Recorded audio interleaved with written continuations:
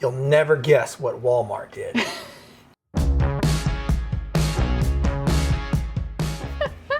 Welcome to the living room, where this guy has had beef with Walmart. Gone head to head with Walmart and prevailed. So we gave the Blackstone griddle away for Father's Day. Yes. And had it delivered. Because it's 137 pounds, we thought we'd like someone else to deliver this for us. And so we had it shipped directly to the winner's house. Which was great until we realized it was never delivered. No. And you know, when you do like online orders now, Amazon or Walmart or whatever, they take a picture and send it to you.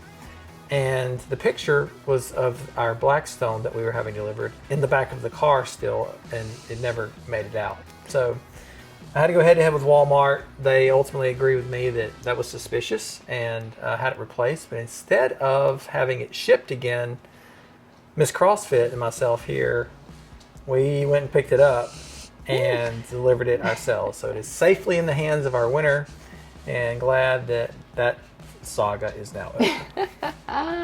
Yes, I did lift the 137 pound Blackstone, not on my own. With Scott's help, of course. Yeah. Okay, so what's been happening? Kids were at camp last week. We're in full-blown summer. Kids were both kids were at camp last week, but we're happy to have them back home. Yes. They had great weeks. Yeah, different camps, and so they were. They might not be excited to be back home. We're excited to be back, that they're home. Yeah, and so now it's really getting hot outside, and so we're gonna have to make use of the pool that we have not joined yet. So kids were at camp. We made a quick trip to Birmingham. Picked up a dresser. This is not the one we picked up. This is The one that's the replacing. one replacing. Did that, and showed a lot of houses a lot this of week. houses. Yeah, last week and over the weekend. And this is the part that nobody really wants to talk about. It's very hot. And as a real estate agent, we spend a lot of time, outside and inside. And on Saturday, Usually one the of the inside, hottest days of my life. Usually the inside part's fine, but on Saturday we saw 6 new construction homes that none of them had air conditioning on, where we could cool the house off. I'll spare you the gross details, but I almost had to make myself a pair of pace pants. If you've seen the Friends episode, Where Ross has to make his pace pants. We'll insert it right here. sure. Ross, you okay?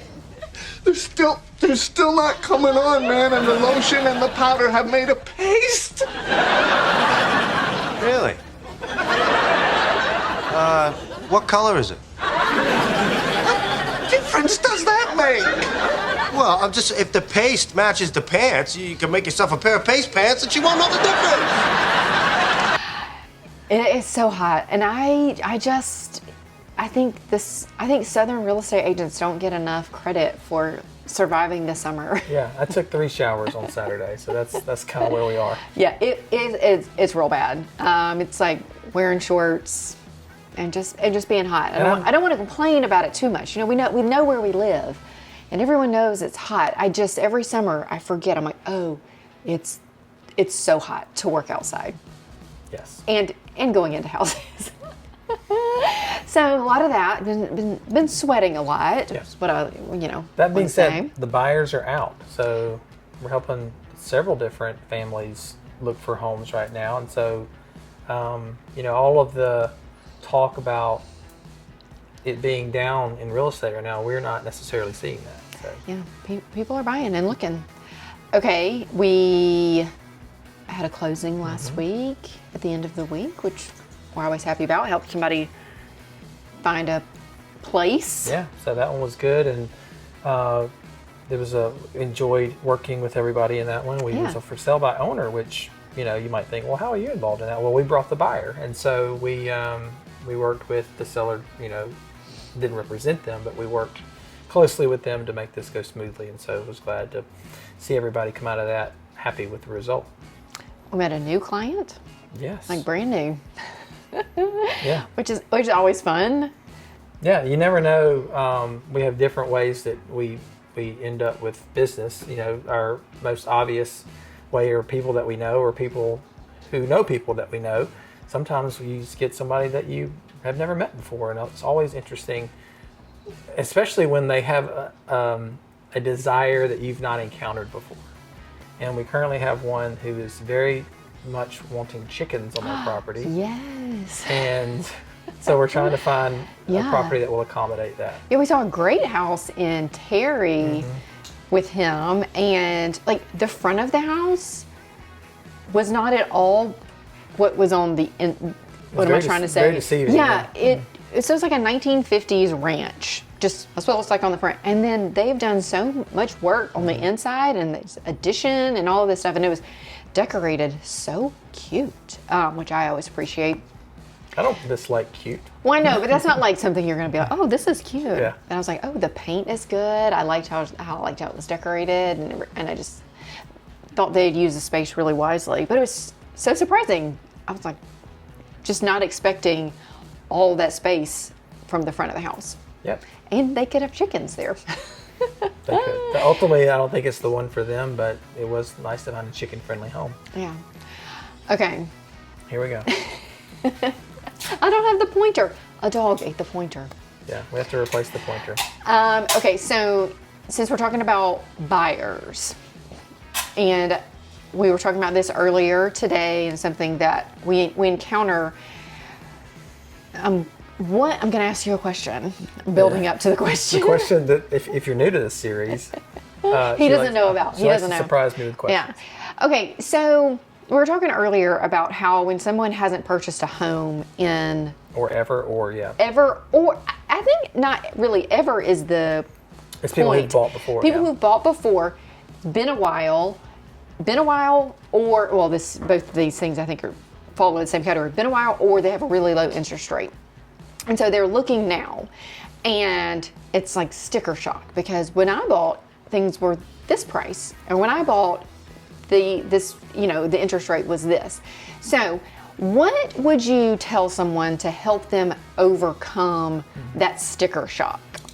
I think it's a couple of things. One, it's just the reality that houses are just like anything else. That 10 years ago, everything costs less than it does now. Apart from electronics, which tend to get cheaper over time, everything else is going to be more expensive. And so, if you bought a car 10 years ago and we're like, oh, we paid $20,000 for it, that same car or equivalent now is more than double that probably. Yeah. And so you have to look at buying houses really the same way in that you're not buying the same house at the same time that you did the last time. And you also, I always get this, and it's not something we talked about, but I always love when they're like, well, what's that person buy it for? Like the seller, the what seller. did the seller? It's like that's irrelevant. Yeah. It doesn't Yeah. matter what they bought it for.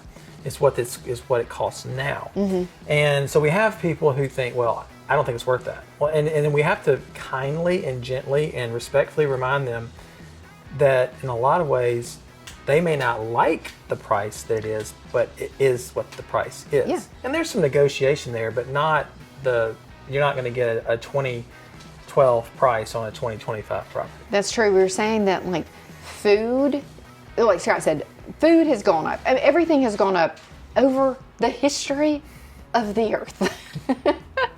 But I think people don't feel it as much. So like food has gone up, and we all feel that, that groceries cost more now.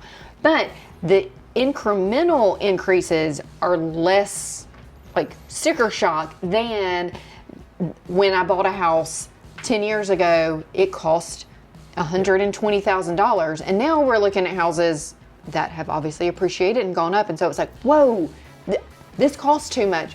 Well, no, you just hadn't bought a house in a while. Yeah. You buy food all the time, and so you don't really notice as starkly the difference that food has increased over the past 10 years. When you only buy a house once every 10 years, it does seem abrupt. And if you're every month paying a certain mortgage payment that you've been paying for 10 years, and then now you look at what that mortgage payment's going to be now, sticker shock, as you said, is a big deal.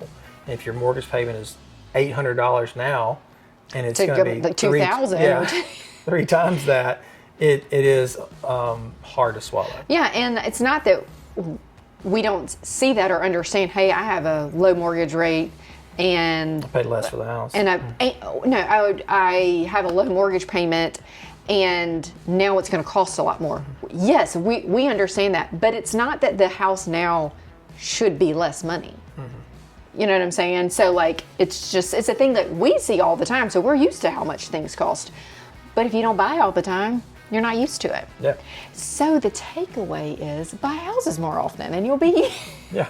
If you buy a house every year, it won't seem that bad. We don't suggest doing that unless it's an investment property. Yeah, and you're hanging on to it. Yeah, and you're hanging on to it. You will lose money the other way. The short takeaway is there is some room for negotiation when you're trying to buy a house, but you're not going to get what you paid for 10 years ago. Yeah. It's just going to cost more. It costs more. Things cost more. You can like it or not like it, but that is... It is what it is. What it is. So, thank you for coming to our TED Talk. That's all we had, really. I mean... The end. The end. See you next time. Well, y'all are going to know. He is not good at the closing. Well, I can't end a conversation with a normal person, much less our YouTube audience. He cannot. Do y'all know what I had to tell him this week? We were at a house. Speaking of being hot, this is classic Scott. Being hot? No, that. And we look at houses. We go to look at houses all the time. We're having a conversation inside a house, and you think, oh, we're wrapping it up. We're closing up. And then we go outside, and this guy starts another conversation, which is all fine and dandy until it is 1 million degrees outside, and you just sweat. So this weekend, I stopped us before we went outside, and I was like, look, Scott loves to have a conversation in the heat out by the car. I cannot do that. Is there anything else we need to say? Wrap it up now. Wrap it up in the air conditioning, and then we're going to go once we get to the car. You know. She knows me. He needs some help, guys. I can't wrap it up here either. All right, that's it. Goodbye. Bye.